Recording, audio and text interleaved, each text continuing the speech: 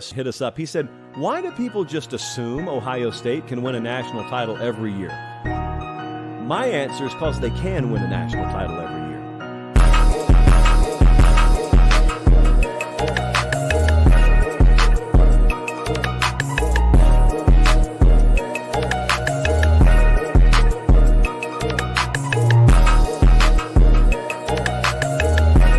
Lay hold of it. You lay hold of it. And when that thing tells you to quit, you look at it in his eye and say, I ain't going nowhere. I will break you before you break me. You will not defeat me. You will not destroy me. Some of you are so ignorant. You've been through so much hell. You gonna quit now? You should have quit 10 years ago. You should have been quit. You don't quit now. It's the 10th round. You got 2 more to go. And when you get to success, it's not about skill. When you get to a certain level of success, it's about stamina. It's about stamina. It's about you won't break me. You can't take me. It's too late now. It's too late. You should have broke me a long time ago. I'm unbreakable now. The only chance at this point is you gotta kill me. And you gotta kill me now. And then when you kill me, my legacy will live.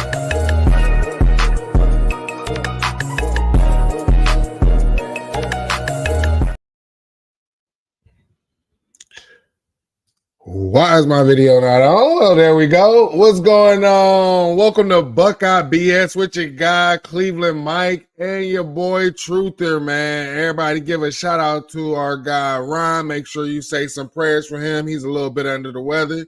We hope that he gets better and he'll be back with us next week. Cam, how you feeling this morning, man?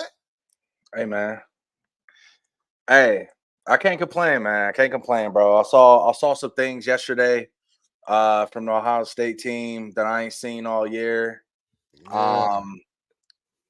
I mean, we've been talking about a team that has grit, that has heart, that's about establishing dominance to the man across the field. And everybody hate DG and say he annoying on Twitter. But hey, DG was posting urban stuff all week about being physical, about being tough, about running the damn ball. And what did we do with 5 minutes left on our 1 yard line? 10 straight run plays to a dub in Happy Valley. The haters don't want to see that. It was an unsuccessful hate watch, but it is what it is. We move on, man. Yeah, definitely unsuccessful hate watch because it wasn't just, the people on social media who was hating. It was the whole national media. Majority of the national media was not picking the Buckeyes to win this game at all, especially because of the offensive line. Now, I'll be honest. I picked Ohio State because I'm always ride with Ohio State, but I was not confident in this going into this game at all. It was very hard for me to be confident until it was late that Friday night, Cam, and I started posting in the group chat. Maybe you had saw it. And I was like, man, you got some big boys lined up on that left side, 2 big guards, right? And I'm thinking about the size of their edge and Abdul. And I'm like, you should just lean on them boys, right? Run the rock, run the peel, and lean on them boys all game, man. And that's what the Buckeyes did, man. So it was definitely a beautiful sight to see. While we're talking about the offensive line, is there anybody particular that you want to, give credit to on the offensive line? Absolutely. I think we got to go with Donovan Jackson off the gate. I mean, some people will say that you want to give the credits to Carson Hensman, but we've seen Carson Hensman start all last year. We've seen Carson Hensman be a feasible player at Ohio State at the guard position. So him performing the way he did yesterday didn't really take me for surprise. But Mike, the whole season basically, right? The whole take around Ohio State has been since Josh Simmons has went down that for these last couple of weeks that we could not run the football, right? We get the criticism against Nebraska last week about us having only 2 yards of carry against Nebraska. The season's over. Ohio State sucks. And then we put Donovan Jackson out there, who they've been tabbed as the LT3 all week, about how they have a makeshift offensive line, this and that. And all he does is go out there and ball. Now, he gave up 2 sacks one-on-one to Abdul Carter, but that's a top 10 pick. We're not going to see another Abdul Carter on the edge, and Josiah Stewart included again. So, like, and he held his own. So he needed a little help with a top 10 pick, but for the most part, on the run game, whenever we did any type of misdirection, his punch was strong enough to get him off the pass route rush. I mean, the pass rush track. And we completely mauled and dominated the Penn State front. I mean, this game to the haters is going to look like, oh, you won by 7, you're this and that. But it's like, bro, we left so much chicken on the field. I mean, we missed a touchdown pass to Jeremiah. We had another touchdown pass to Carnell Tate, and if Bill doesn't fumble through the end zone, we're talking about that thing getting out of hand. Yeah. So, yeah. Yeah, my wife was sitting behind me, and she was like, man, you guys could have put these guys away way sooner than y'all did. So, I mean, you know, and that's the thing. Like, we've always sat here and said, man, like the Buckeyes, you know, be beating themselves, right, Cam?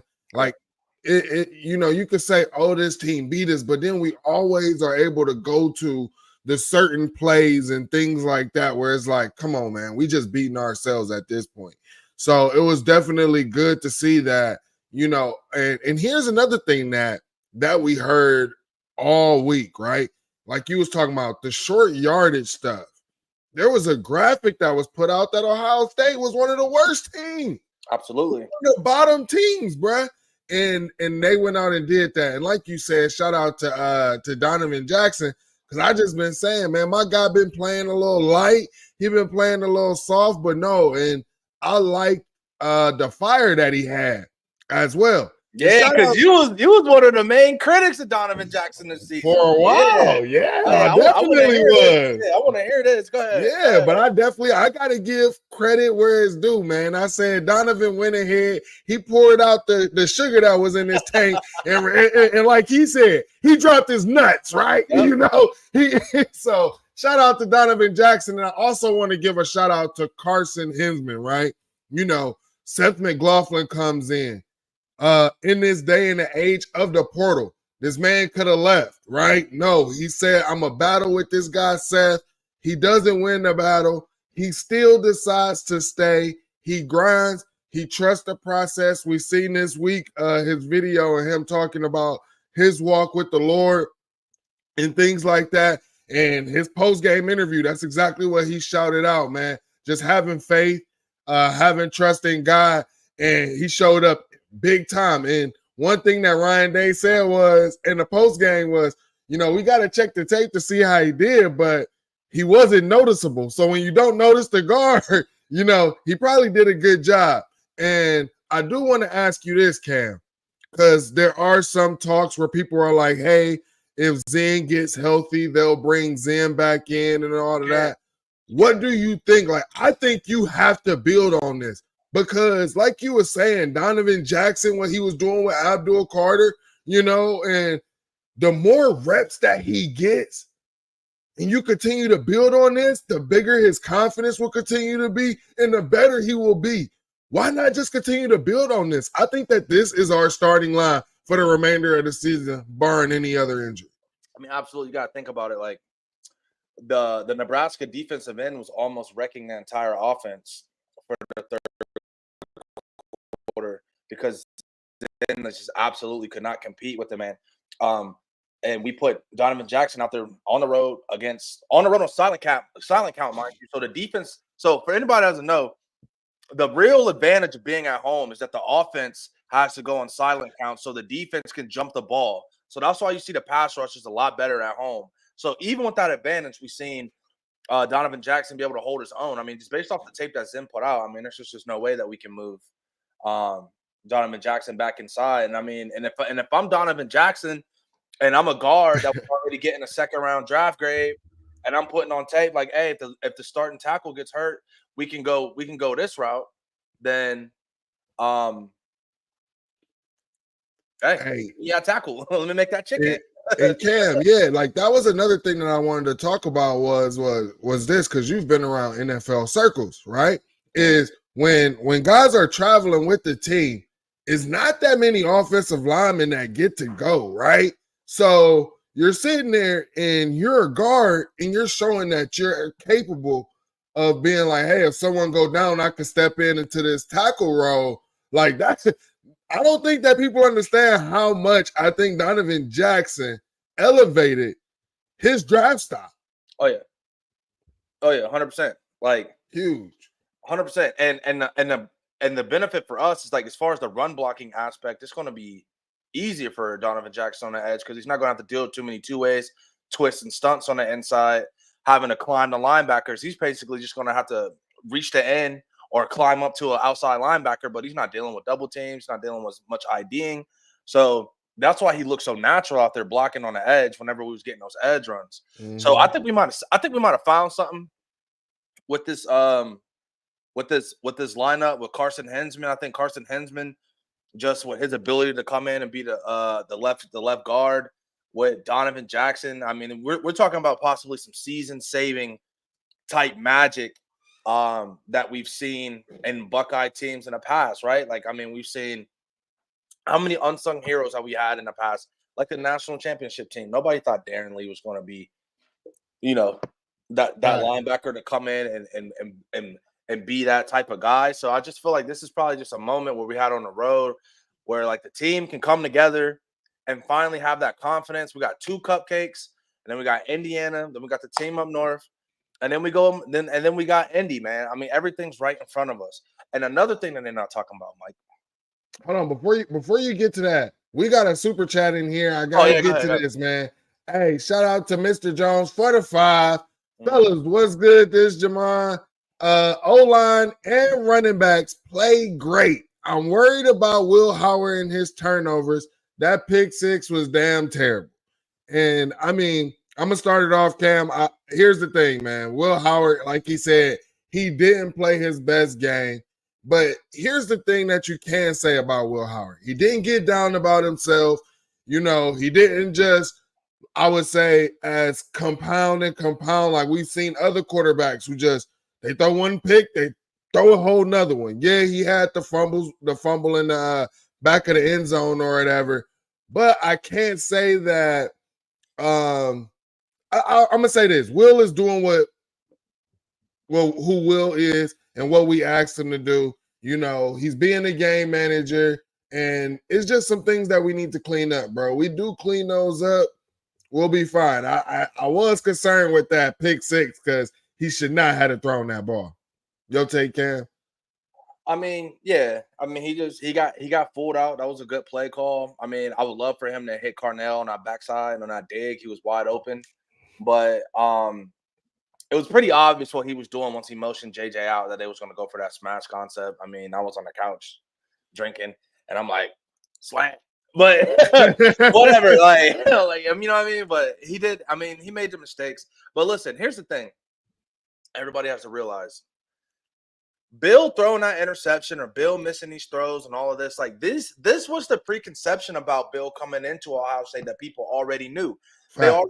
Everybody already told us that Bill's just got to be average to win. He's just got to be average to win. But Bill has been above average for the majority of the games that he played. Now, this was a bad game for him. I'm not going to lie. But also, the other preseason notion is why we won this game, Mike. They said that we had the best defense in the nation. That's what they said. And we did not give up a single touchdown to the Penn State offense. We had a goal line stand. The way we won this game is exactly how they said that we were going to win all season. Bill needs to be good enough, and we're going to play elite defense, and that's exactly what happened. Fact. So, and like you said, like this was not one of his above average games, right? Like he didn't play his best game. And I think like if he didn't fumble and had held on to that ball in the end zone, we could still say that this was still an above average game for him. Exactly. But like I said, you clean those things up, bruh. And you was talking about the Jeremiah Smith, if Jeremiah Smith had got that, and it's talks that Jeremiah probably lost the ball in the sun. So that's some things that we just got to work on. But again, just could have put more points on the board. We got another super chat. Shout out our guy, faithful guy, Mike Green, man. Appreciate you for the 5, brother. I love Will Howard's leadership. but it's like watching a sophomore in college in his first year. God damn, he makes some untimely mistakes. Hey, Mike, you ain't lying about that. Cam, what do you think? I mean, this is Bill. Listen, if everybody knew coming into this season, if Bill Howard was this great quarterback, this awesome quarterback, there's nobody in college football that has a chance to beat us in any game, right? Facts. So it's like everyone knew that Bill was prone to making these mistakes. Everybody knew this, right? So our main thing was about when we need to win the football game, or can we have a person that has the leadership and the mobility to make the plays outside the pocket or on the ground that we need to win, that we could not do against the team up north last year while having a statue in the pocket. And we won the game because of Bill running the football on that final drive. That is the aspect that we didn't have before. So him looking like a sophomore in college in his first year, we knew coming into the season that he was going to have games like that and plays like that because he's in his 5th, 6th year. He's done it all over the tape. We knew that. So I agree with you, Mike. I mean, but basically at this point, what I'm hoping for is I'm just hoping that whenever we get to the team up north for the Big Ten championship, there's a light bulb to click on, and he just has this crazy run of 3-4 games, and where we're just unstoppable and we win a natty. That's all I need out of Bill. So, like, we really just need all I 3 need. straight games from Bill of him just being locked in, and we're going to win a natty. There's not a team that can beat us. Can, bro. All I need him, if he can connect on them deep balls twice a game, because they touchdown passes. Like, if he can connect on that 2 times a game, twice, bro, and hit the guy in stride, it's a wrap. It's a wrap, bro. So for sure. That deep ball is the main thing that's holding him back. Holding the offense back, bro. Yeah, it's the only thing. The only thing. But we knew that coming out of camp. So yeah. Well, we gotta talk about these running backs, man. Someone did mention earlier about the running backs, and you see Quinshon Judkins, man, even on that last drive. One thing I was yelling at my TV about Trey because one time he tried to sidestep someone in the hole, and it's just the difference that you see. Earlier in the season they was calling them smash and dash, and you wonder why they were saying Quinshon Judkins is the smash, because on that last play, that linebacker squared up with Quinshon, or I don't know if it's the linebacker or DB, squared up with Quinshon right in the hole. And what'd he do? Lower that damn shoulder, got behind his pads, and when you hit him, he actually bounced up a little bit and able to get more yards. That's what I love seeing from running backs. I'm an old school running back guy. I love seeing running backs get physical, running behind their pads and running somebody the F over, bro. So I love seeing it. Shout out to Quinshon Judkins, looking a bit more healthy and looking himself. Because on that last drive, I was saying, hold on to the ball, Petey. And they did that, man. No turnovers for the running back. Hey, man, listen. The run game, bro, was just so beautiful to watch because the whole game, even from the wide receiver position, even to the defensive line position, we've seen us utilize our depth. And we saw Coach Lachlan, shout out to him, be able to feel the ebbs and the flows of the game to know when to put Quinshon in and know when to put Trey in. Now, I heard a little birdie that Trey might be a little banged up. So that's why we've seen Quinshon getting a little bit more of the carries. But that's why we got Quinshon, right? One guy gets banged up. We have another guy that can step right up that is just as effective, that's just as good.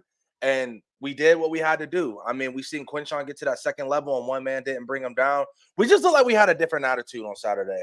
I mean, I think it's a combination of us, the fans, talking shit all over TLs, saying they soft, saying they this and that, and we know that they Google and look up their names.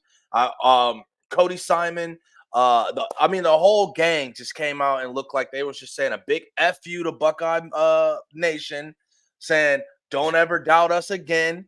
We're not soft. Ryan Day had that look in his eye like he was looking for Lou Holtz again. Like, bro, it was.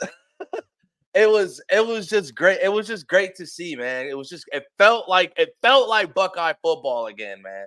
It felt like Buckeye football, bro. It definitely felt like Buckeye football because, I was very critical of this team. I went on the record right here on this platform on the Fans Edge, and I just said it has not felt like the state of Ohio, and that was my whole thing. That was my biggest issue about, seeing Ohio State as one of the worst teams in short yardage, because that's just about man to man, who wants it more, who got more hunger, who been grinding, who's stronger, you know what I'm saying? And it wasn't embodied in Ohio, and the stats were showing that it wasn't. But this game, they definitely showed it, man. Multiple short yards, especially at the end. You get in the 3rd and 3. What they do? They tell you, they even show you in the formation. We running the ball, get the first down. 3rd and 2, show you in the formation. We running the ball. What has Ryan Day said from the beginning? We want to get to where we can tell you we running the ball and still do it successfully. And that's what we were able to see, man. Shout out our guy Mike Green for the 2. Question: what other year did we have 5 guards? I don't remember. He calling Fryer guard too. Yeah, I can't remember either. Yeah. I can't remember, man. That is crazy, bro. But when you got some big members like that, you should be able to lean on teams. And that's something that we should be able to do. And lean on teams with that run game. You caught them safeties and them DBs cheating up. And then boom, nobody like you've been saying it all week long, Cam. Nobody can handle our wide receivers on the outside vertical. Nobody. If Bill just has a streak where he just lock in on vertical throws, it's scary for college football, because Jeremiah and Carnell just runs by boys on that 9 route, just every week, just running by boys. And Mike Green with the 2. Yo, Mike, no Diddy on you need them deep balls. Hey, man, no Diddy out here. It's just vibes out here, man. Just vibes. As our guy Chris. Shout out Chris Drew, man. Just vibes, man. Just vibes. Hey, Drizzy. I definitely was one of the people calling the team soft. I definitely was one of the people calling for Ryan Day, saying that I don't think he embodied Buckeye culture. And Ryan Day is still fighting allegations. Let's not get it twisted. The allegations is still right behind Ryan Day, but this game was definitely a step in the right direction for him, righting those wrongs and all the criticism that we've had about the team being soft. So just to address that. Yeah. Hey, everybody. Hey, Buckeye fans, you in the chat, man. Go let G-Mo have it, man. Go ahead. But this is your time, Buckeye fans. G-Mo in the chat, crying because he was in the scare. We couldn't find G-Mo nowhere when they was down to Dookie. You know what I'm saying? Couldn't find G-Mo nowhere. Now he back outside. Yeah, that's crazy, G-Mo. Y'all Buckeye fans, man, let G-Mo have it, man. Yeah. All right. Gotta talk about the wide receiver position. What do you think about the wide receiver position, Cam? Hey, man, it's business as usual at Zone 6, bro. You know what's going on with that. Like, I commend Brian Hartline for being able to lock in and have them boys locked in, because they're really not getting all the opportunities that they should be getting, especially when it comes to explosive plays and things downfield and stuff like that.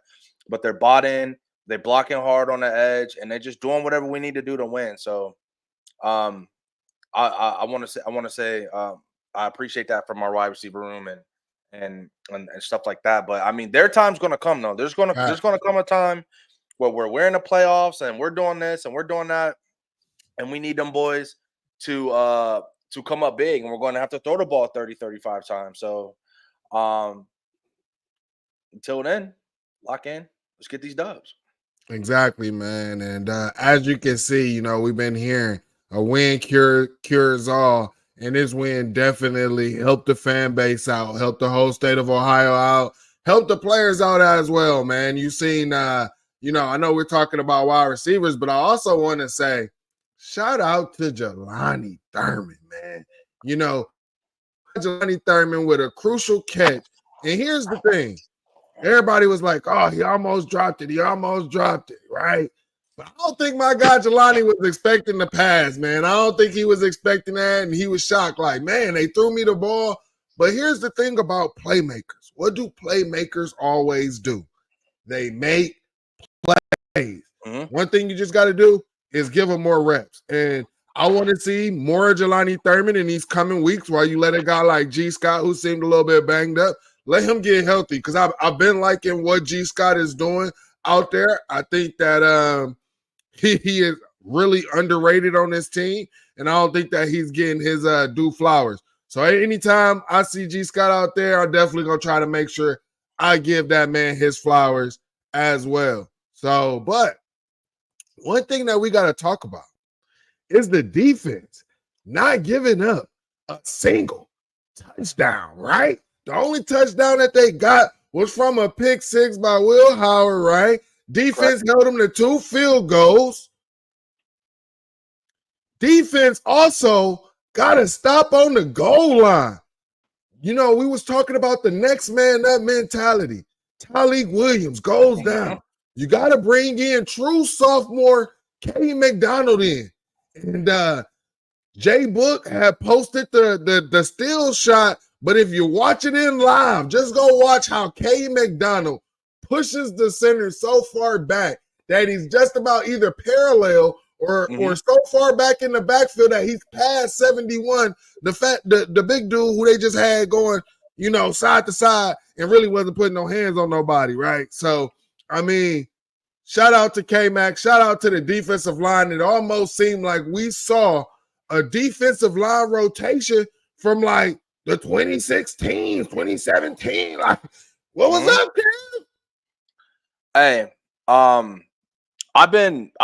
been screaming to the top of the earth, bro. When since the Oregon game, that Caden McDonald. If you go back and watch that Oregon game, when Oregon got into the red zone, Caden McDonald absolutely manhandled that center on the play, and then we took him out, and we did not like give him any more snaps. And then I'm like, okay, so then I go back and watch the Zach Smith breakdown or whatever on his all 22, and I see Caden McDonald and a center neck about to break. I'm like, hold on, man, like this guy might have some juice. And then so we saw it again in prime time on a big noon kickoff against Penn State in the same predicament, absolutely destroy the center at that shade position for 3 straight plays. So I think we got a guy right there that can really come in and help our front seven. And another thing that was interesting, Jack, JT,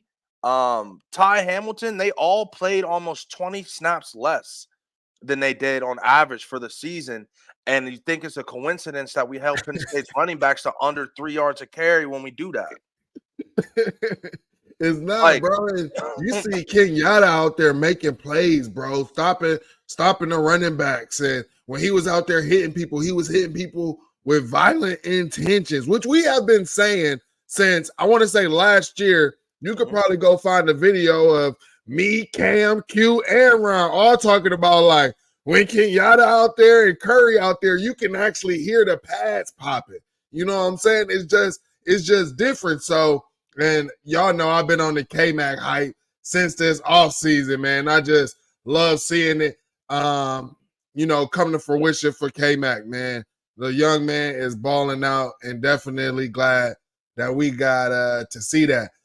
We got the super chats here. Appreciate Mike Green for the 2. Ryan is slowly getting that Pac-12 out of his system.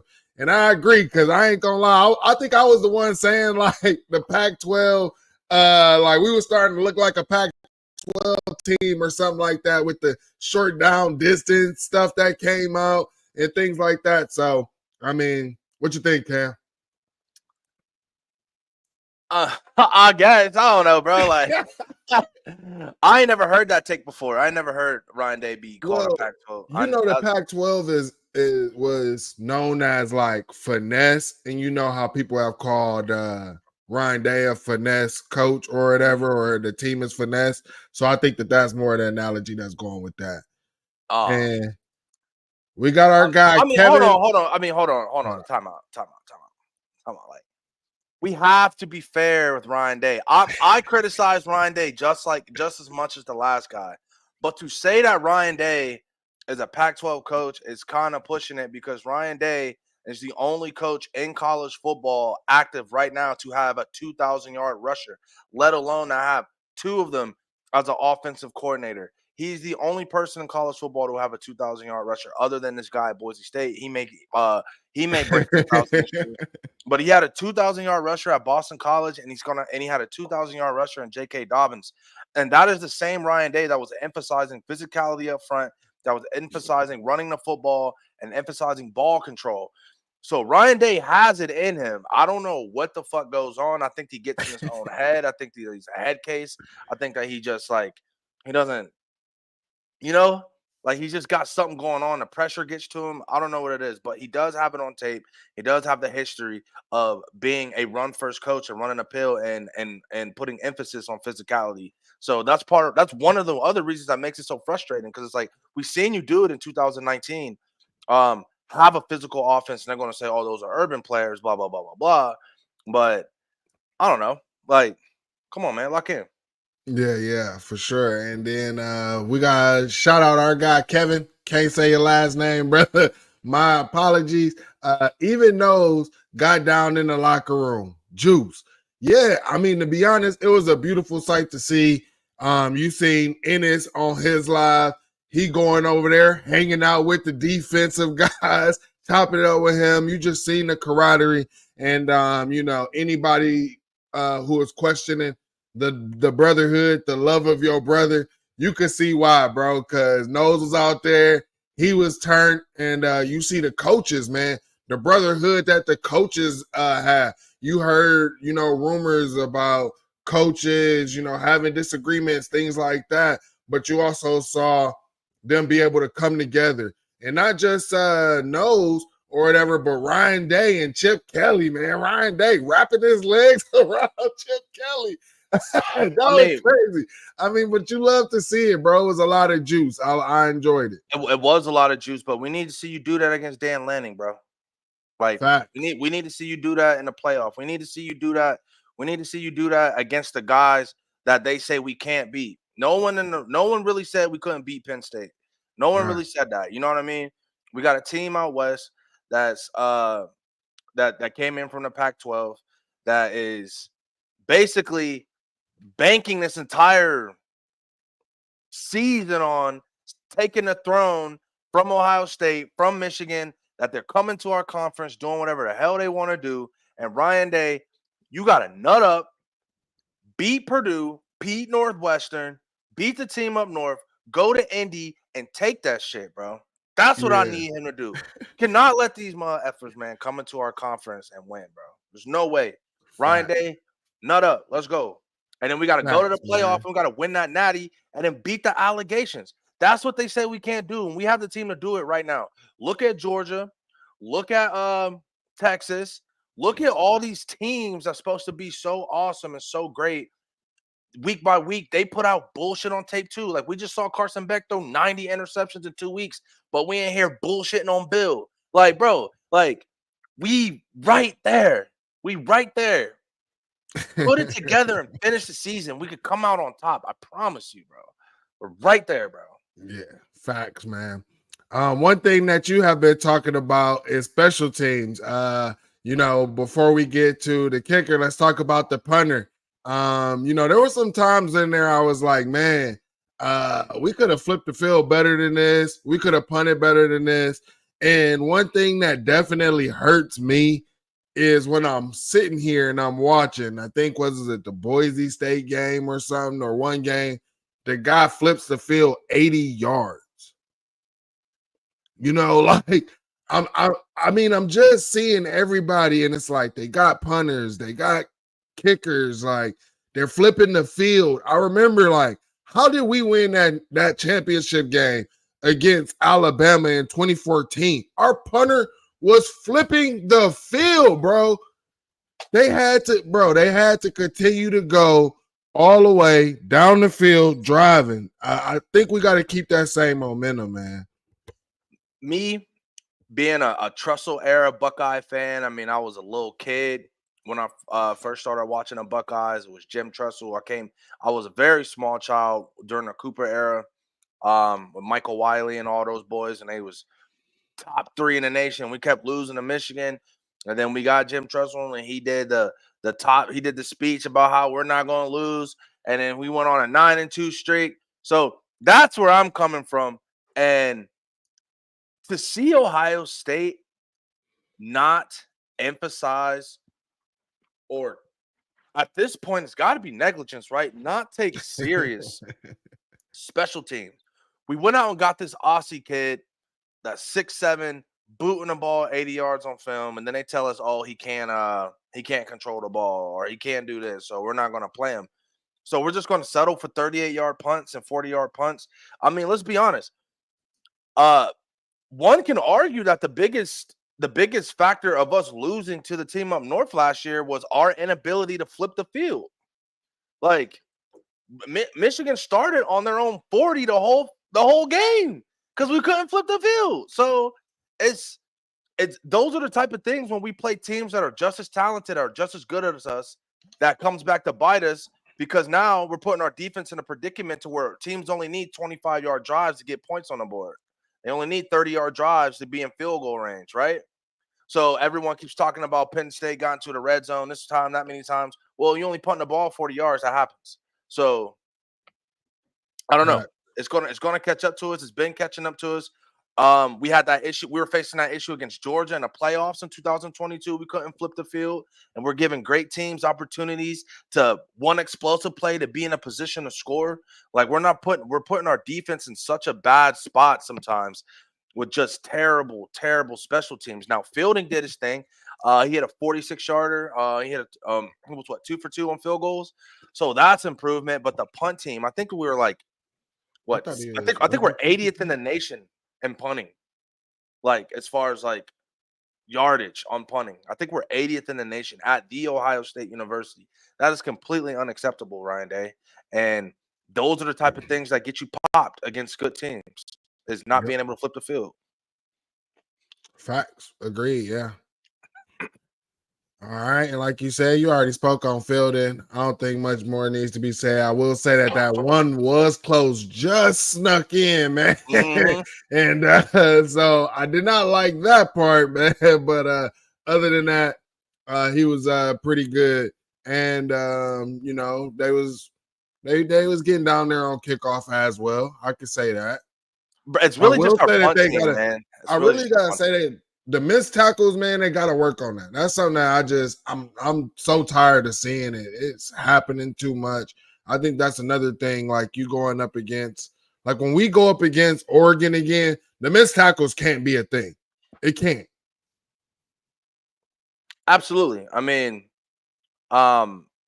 the missed tackle thing. Honestly, I don't think I got on here because I was actually at the game, so I didn't really give my point of view of Oregon back then.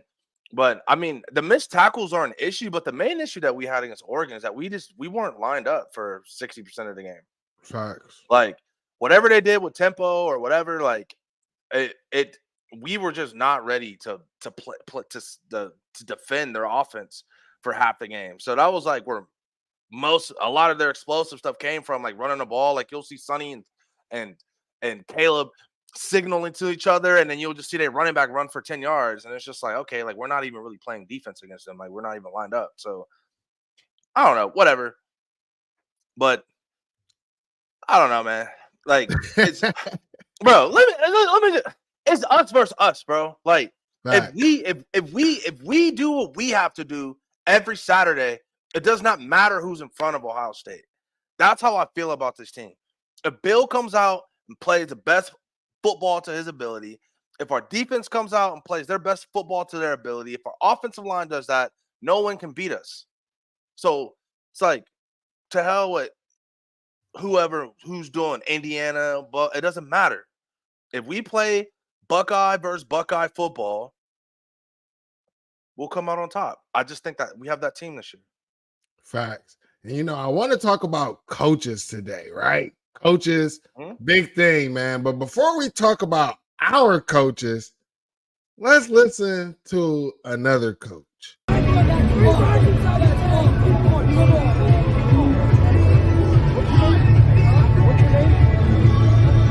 be man enough to talk.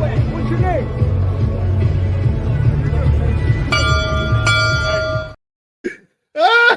James Franklin said, if you're going to be mad enough to talk, what's your name?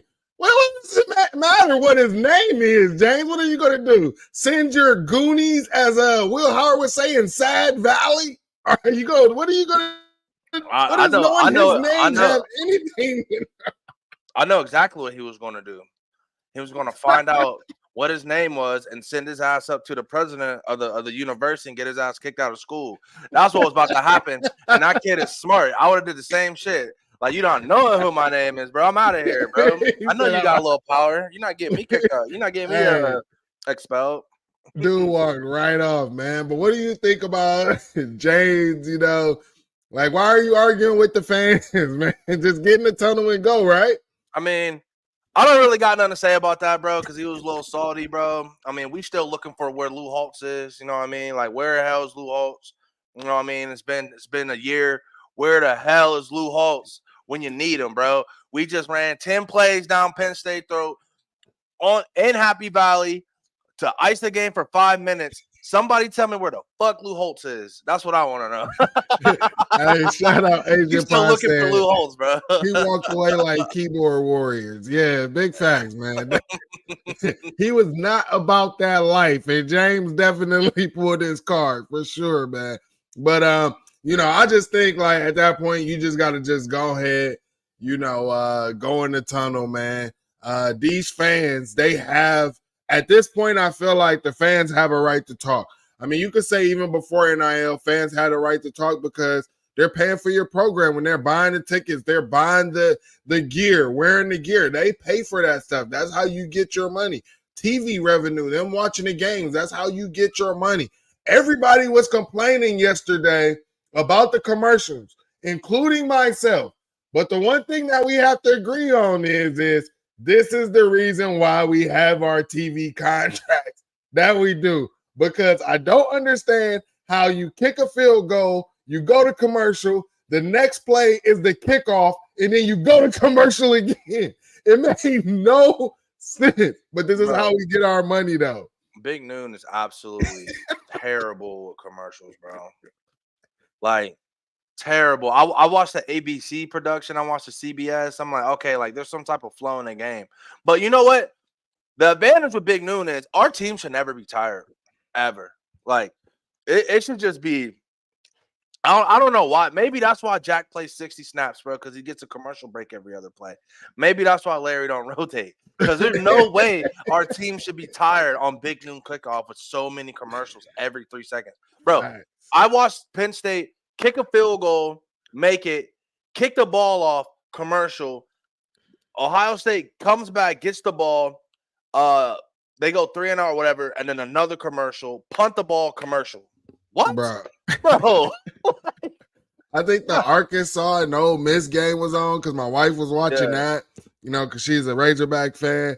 And it didn't even get to our halftime yet. And I was like, yeah, I'm like, where y'all at in the game? She said, the game almost over. I'm like, what? Like, what? We thought it at the same time, bro. They were almost close, like finishing the third. Like, yeah, almost over. I don't understand it. I hate all the commercials, but hey, remember, this is how we are getting our money. And James Franklin, man, you're asking these fans to donate to NIL. You've probably upped your ticket prices because y'all put that new entrance in, right? People are paying for that to be able to watch y'all walk through the tunnels and stuff, right? Just keep it pushing. Don't argue back. These people are paying.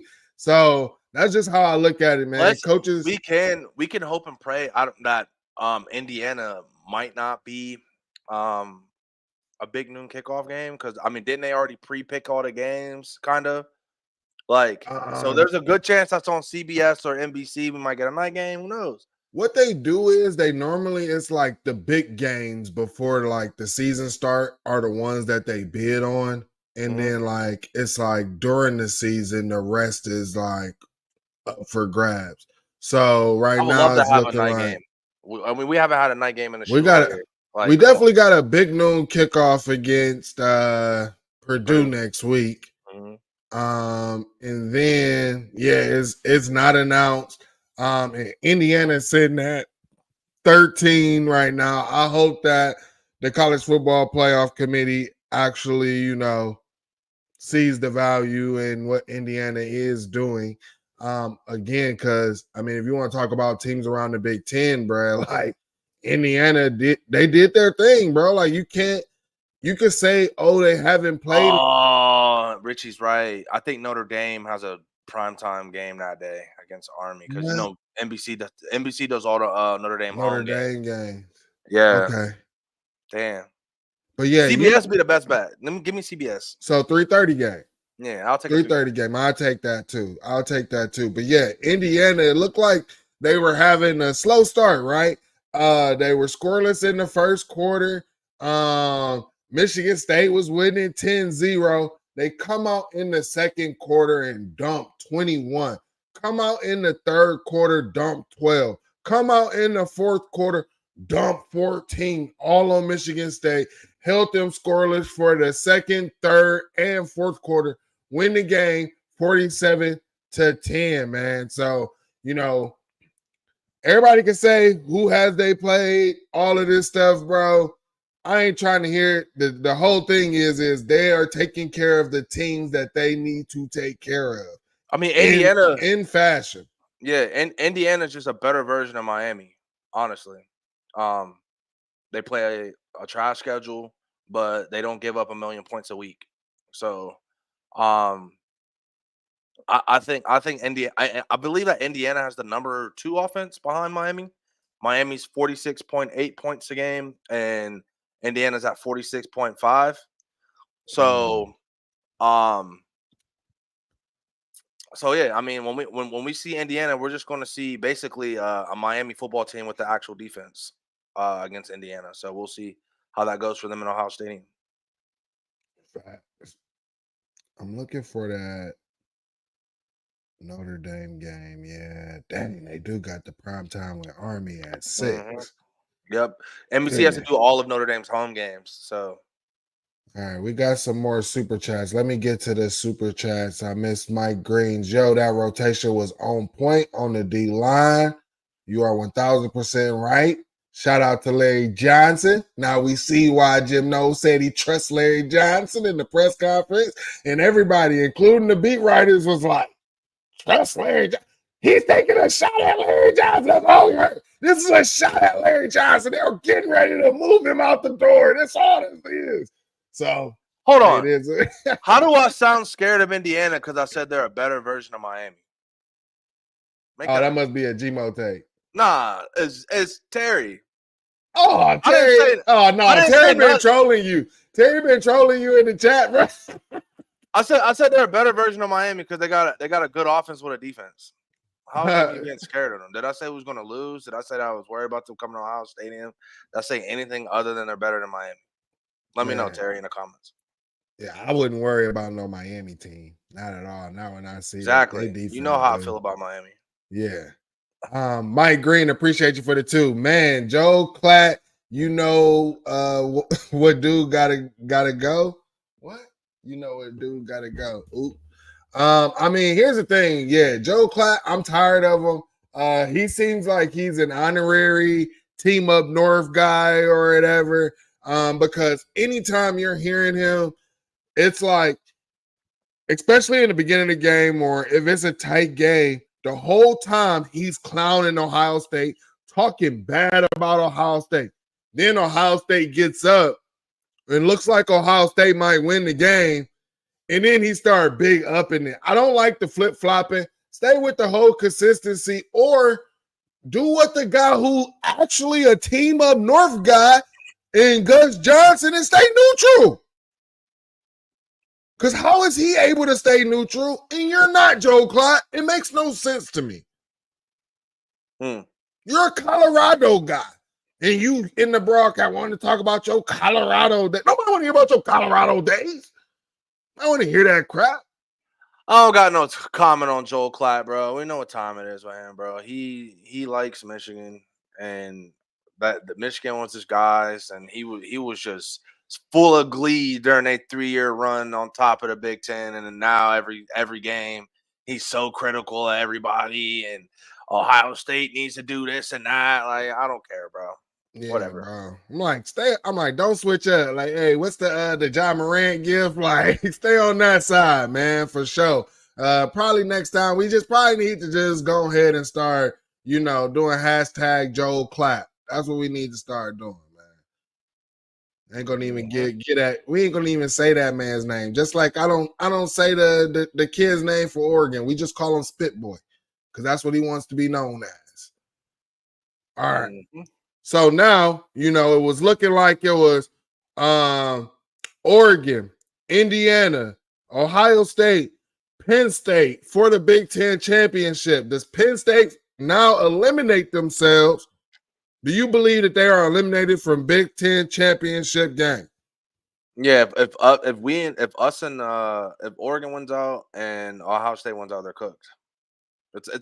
But with them taking out L, it's a collision course between Oregon and Ohio State for a rematch. Right. Big facts. That's what I'm saying. And so right now you have Oregon, Indiana, and Ohio State are your remaining three. I think that's what the conference wants too. Now, I think so too, because here's the thing. Everybody, especially SEC fans, let's talk about that. SEC fans and ACC fans and everybody called Matt Rule crazy earlier this year when he said, I think 4 Big Ten teams should get into the college football playoff. Mm-hmm. So I said, 4 Big Ten teams? Why? You have Oregon undefeated, Indiana undefeated, Ohio State with 1 loss, could possibly win out. And then you have Penn State, who has now 1 loss and probably will win out the remainder of their schedule as well, right? Mm-hmm. So if all of those teams end up with 1 loss, how do you keep any of them out? You don't. I mean, especially with the SEC taking L's. Like, I mean, we just saw A&M get their ass whooped by an unranked South Carolina team. You know what I mean? And so it's like they got people at the top that's falling, and Indiana is rolling the way that they are. They're going to end up with 1 loss. If PSU ends up with 1 loss, I mean, there's really no way for you to overvalue the SEC this year with boys losing, especially with Georgia and dogfights with trash teams, Kentucky. Now we got Florida and all that. And then that same team popped Texas at home. So it's like there is no evidence to overinflate the SEC, right? So with that being said, it's like you have to value what teams are doing in the Big Ten. And so I think that we do get 4 teams in. I think that you get Ohio State, Oregon, Indy, and Penn State in the playoff. Now, I see what everybody is saying in the chat, man. They're saying PSU doesn't slip up. Some people thinking that they could possibly. I think I saw somebody said Penn State will probably lose to Washington. And I mean, to be honest, I think that Washington team is highly underrated. Because they've been catching anybody who was sleeping on them. Shout out to Lincoln Riley. Definitely was sleeping on them boys. And USC fans did not wake up on the right side of the bed this morning. They probably still sleeping it off. Yeah, I mean, that situation out there in LA, man, it's crazy. Did you see Lindell White crashing out on a timeline? Raymond Lugason, the lead players in Washington. Lincoln Riley, and he is in deep doo-doo. Hold on. Not you talking about the coach that everybody said was better than Ryan Day? Yeah, bro. Lincoln Riley in hell in LA, bro. I don't see him making it very much longer out there. It's bad. I've never seen alumni crash out on a coach like that. Lindell White crashing out, bro. Like, bad. Let's go. All right, y'all. So, I mean, that's what we heard from Pac-12 fans was, especially USC fans were saying, you guys in the Big Ten have not seen any offenses. Honestly, I have barely seen any offense from USC this year. You know, they got the QB guru, the offensive guru over there in Lincoln Riley. I ain't really seen it. Like I said, I think that the Big Ten was really going to expose Lincoln Riley for who he truly is, because when he was in the Pac-12, he didn't have to worry about defenses every week. When he was in the Big 12, he didn't have to worry about defenses every week. And, you know, for you SEC fans that are trying to make excuses for your losses and say, hey, the SEC is just harder. Yeah, like a Tennessee team can lose to an unranked Arkansas. Yeah, a Texas A&M team can lose to an unranked South Carolina team. Yeah, this is the same way in just about any conference, but especially the Big Ten, because we've seen it. We've seen the Iowa catching Ohio State, Purdue's catching Ohio State, somebody catching that team up north. When Michigan State was good, they would get caught. Like, we've seen it. Wisconsin, when they were good. The biggest difference between the SEC and the Big Ten is very rarely did you see Nick Saban get out coached, right? Or like a Les Miles like get out coached, right? It was usually just teams making big plays, players having out of body experiences like Texas A&M with Johnny Football and all that.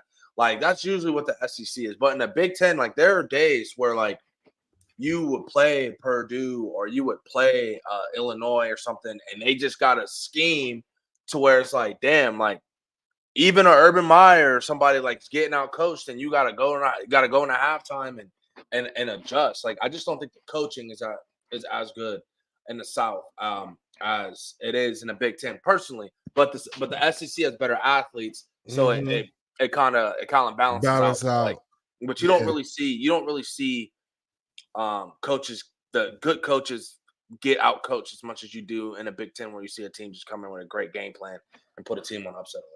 Yeah, and Matt, I see you in the chat line talking about Big Ten said Oregon was going to be exposed too. I think that Oregon was the one team that was coming over where everybody agreed was they can actually compete in our conference because of the way that Dan Lanning was building them up. So I'm not going to sit here and say I don't remember too many people saying that Oregon was going to be exposed in the big. People did say that they was going to lose to Ohio State. I will give you that, Matt. That's not that Oregon team up there is not a typical Oregon team. I mean, they have 14 out of 22 players on our team are transfers. So Dan Lanning knew what the hell was going on. He had to go get a team that wasn't a typical Oregon team. And isn't his like one of his best defensive linemen? Isn't he from the Big Ten? Yeah, Derek Harmon or whatever. Yeah. So I mean, I don't know. I'm not gonna go back and forth with Oregon fans, bro, because they won. They won the game in Autzen, right? They whatever, OPI and all the shit. And they're gonna say that we didn't got an interception, like blah blah blah. That's cool, but they're gonna act like they won by 50. When in reality, they know what's going on. So we just gonna keep our head down week by week, and we'll see them boys in Indy, bro. And I'm very confident about that game in Indy. So let's go. You keep up your end of the deal. Y'all keep y'all end of the deal. We keep our end of the deal, and we'll run it back and see what the hell going on at a neutral site. And I do too, because you know why I'm looking forward to that rematch, and I want to see that rematch so bad is because I have been seeing Jermaine Matthews rotating out there at cornerback a whole lot more, man. And you know, we got our noon game kickoff at home against Purdue next week, and that's what I want to see. I want to see the young guys eat. Travion is, if he's banged up, I don't even want him playing in the game, man. Go ahead, let James people eat. What I want to see is I want to see these young guys in the next 2 weeks be able to step up and play the games to Division I caliber level, right? I want to see them be able to play in this conference. I want to see that they are ready. I want to see that we are developing. Let Jelani eat. Let all these young guys eat, even our young wide receivers. Let them eat, because we're already seeing that we're having depth issue. We're getting to the back end of the schedule, and I think that you need to make sure that everybody is ready. What happened? You had J.K. Dobbins goes down. The next guy was not ready. You had Marv go down. The next guy was not ready. You had who we see? What was his name? Trey Sermon. Go down. The next guy was not ready. Get these guys ready. What do you want to see for the Purdue game going into next week? I just want to see us clean up open field tackling. I want to see us take more shots downfield. I want to see us start kind of revving up that intermediate pass game a little bit. Just working on things that we're just not that efficient at this point moving into the season that we're going to need in the playoffs, and staying healthy. So facts, man. Cam, let the people know where they can find you at. You can find me at I know things 19 on Twitter. Sometimes I'm on the Fans Edge. I've been moving, building a new house. Basically, I've been really busy this season. Sorry that I ain't been around as much, but whenever I have time and my old lady is not running me around to paint or go build a bathroom or something, I try to hop on. So you can find me on the Fans Edge sometimes. And yeah. All right, y'all. Y'all know where y'all can find me. 216_Wildboy on the X app /Twitter. You can find me there. Also, you can catch me, like Cam said, on the Fans Edge every Wednesday at 7:30 p.m. Eastern time. Make sure you're tuning in. We got a big matchup coming up this week in Alabama, LSU. You're talking about complete elimination game. So make sure you're tuned in there. Catch our guys Ryan and Cam all week long right here on this platform, Monday through Friday. Buckeye Roast, man. You get up early, you know, you're starting your work day, but while you get situated, take in some Buckeye Roast with you, you know what I'm saying? And then every Saturday, you got Ryan and Chris doing the best damn pregame show. If you're tired of seeing the pageantry work and all the dog and pony shows on College Game Day, check out Best Damn Pregame Show with Ryan and Chris Drew. And then you got me on the Voice of College Football Ohio State channel for every Ohio State post game. Make sure you're tuned in there. And like I said, just follow me on Twitter and you'll definitely know where I'll be next, man. We appreciate you all. And with that, we are out. OH. I hope.